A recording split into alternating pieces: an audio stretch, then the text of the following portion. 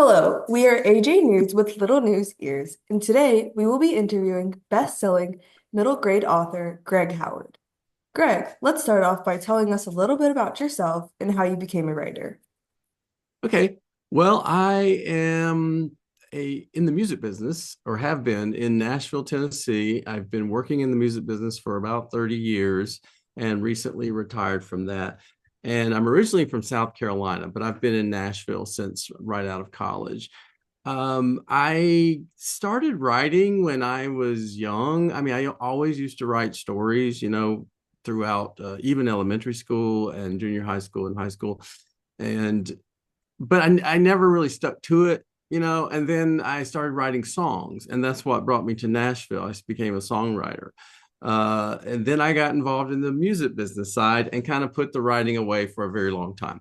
But after I had been in the music business for over 25 years, I really kind of wanted to achieve that goal I had of writing a book one day. And so I just started. I didn't really know what I was doing, but I just started writing, and that led to me writing my first young adult book and getting my agent and my first publishing contract. Cool. So, what were you like when you were our age? I was very talkative. I had a lot to say. I wasn't what you'd call like popular. Well, I mean, I kind of was popular in school, but it wasn't because the only reason I was is just because everybody liked me and because I was funny and I was just friendly. But I wasn't like one of the ultra popular kids. So I was just very friendly. I had several friends that I hung out with and loved to laugh a lot. I had a single parent, my dad, and he kind of let me do my thing. There were not a lot of rules because I was a good kid. I didn't abuse those like curfews or whatever. And if I was out late, he knew I wasn't doing anything terrible. So he didn't really bother me about that. So I would just say I was just very, friendly and talkative and fun to be around, at that age. And that made a lot of people like me. Mhm. Did you always love reading, or did that come later in life? To be honest, I didn't. I didn't always love reading. I know that my mother died when I was very young, and I'm told that she read a lot to me when I was young. But I really only read what was required of us in school, until about the ninth grade. And at that point, I was in the library looking for something to read, and the librarian who I was good friends with, she said, "What are you looking for?" I was like, I'm not interested in anything on these shelves." And she said, "Well, what kind of movies do you like?" And I said, "Well, and back then I liked all those 80s horror movies, the slasher movies." So I told her I like horror movies. And so she went into her office and gave me her copy of a book by Stephen King called The Shining, which is a very scary horror book for adults. But she kind of passed it to me and said, "Just read this and see what you think." And I had no idea that there were books like that out there. And that kind of started my exploration into finding books that I like. I think the key to it is, you know, you're sometimes required to read certain books in school and maybe you're not always interested in them, but in your free time, just find what you like, just read the kind of books that interest you, as long as you're reading something. Okay, so what inspired you to write The Visitors? Well, The Visitors was inspired when I grew up in a place called Georgetown, South Carolina. We lived right next door to an old deserted rice plantation where they used to harvest rice, and that was a big crop down in South Carolina. But it was deserted for a long time, and we thought it was haunted.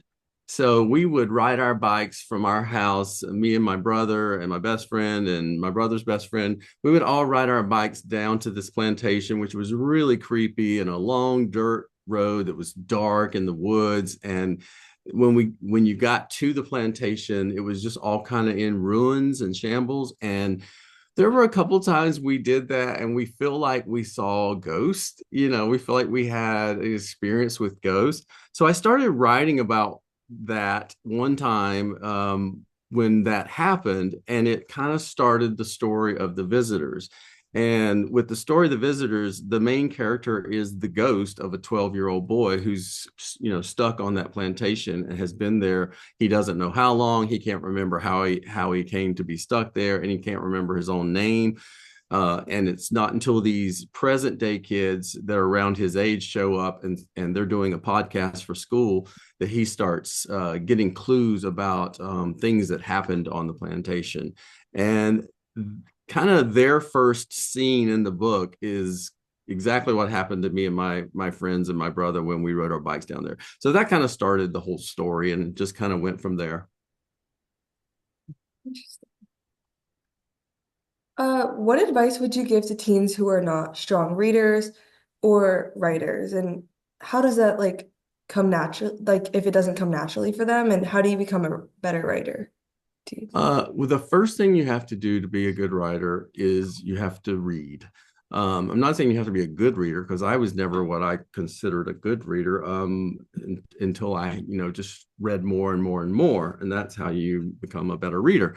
But in order to write, you really have to feed your brain and your soul and everything with other books. And anytime somebody tells me I want to be a writer, what should I do? I like read everything you can. But if I realize that, there are some students and kids who that doesn't just comes naturally to them. And I would, like I said before, my advice there is, just try some different genres. Try everything from, like horror books are what made it for me and that led me to other things. But if it may be graphic novels, it may be comic books, it may be, there's all different styles and formats of book. And you might find that you enjoy reading graphic novels, and that might lead you to other kinds of novels. So I would say don't worry too much about reading the right thing. Just read what you like. So, in The Visitors, are there any lessons in the book that you wanted to learn earlier in life, maybe? Yeah, there's a lot of me in that book, and kind of like where I was when I was that age. And I was not a very happy kid at that age. And I didn't like myself. I didn't feel like I fit in. I was not comfortable with who I was. I wasn't really bullied, but that's only because I just, hid who I was really, so I wouldn't be a target.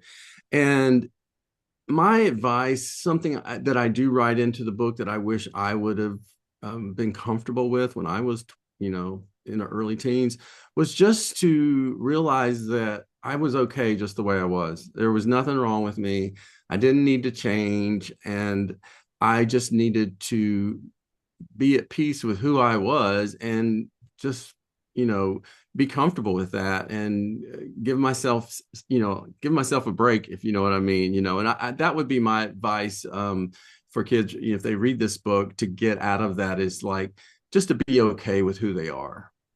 Yeah, that's really good advice. So, what would you say is the hardest part and most fun part about writing a book? Well, the hardest part is writing. But what I mean by that is sitting down every day and hammering out that first draft, because that is the hardest part to me, because I will find everything else to do. I might find something on TV I want to watch. I might want to play with my dogs, and I will take every distraction away from writing. But so I really do struggle through getting the first draft down. But my favorite part is when I send it off to my editor and she edits it and she sends it back for me to make it better. I love that part of it. I love the editing part of it, because the thing is, anybody who wants to be a writer, I will say this, you got to get something on paper so you have something to go back and edit and revise.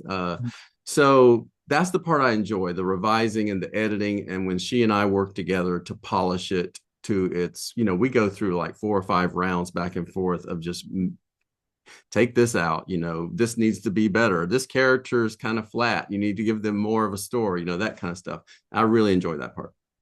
All right, so let's say one of your books did not go as well as you thought it would. How do you handle self-doubt or criticism? And what advice would you give to teens about overcoming obstacles? Well, that certainly happened to me when my second middle grade book came out called Middle School's a Drag. It was right when COVID hit. It came out like the month that everything shut down, and was it 2020 or 2020, I think. Yeah, everything shut down. So all my events were canceled for that book. I was not able to get out there and talk about it or go to all the book festivals were canceled.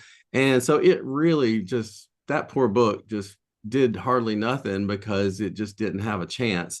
And that was very disheartening, because I, worked really hard on my books, and to see it just something completely out of my control, it was really disheartening. And I got kind of depressed about it, because that book has never done well because it just didn't have a good shot.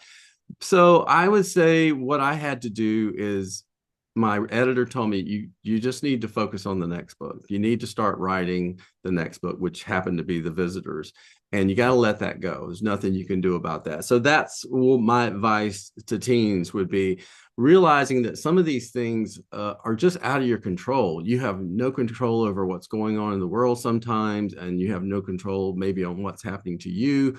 But if you can just focus on the next thing and focus on getting through it and getting on to the next thing, I think that's the best thing you can do. Nice. What's one thing that you wish teachers or adults understood better about teenagers? Oh my God. I wish they understood that teenagers are pretty resilient. And what I mean by that is you can handle stuff. And sometimes I deal with subjects in my books that are kind of serious, I mean, there's a lot of humor in my books, but there's also a lot of serious topics.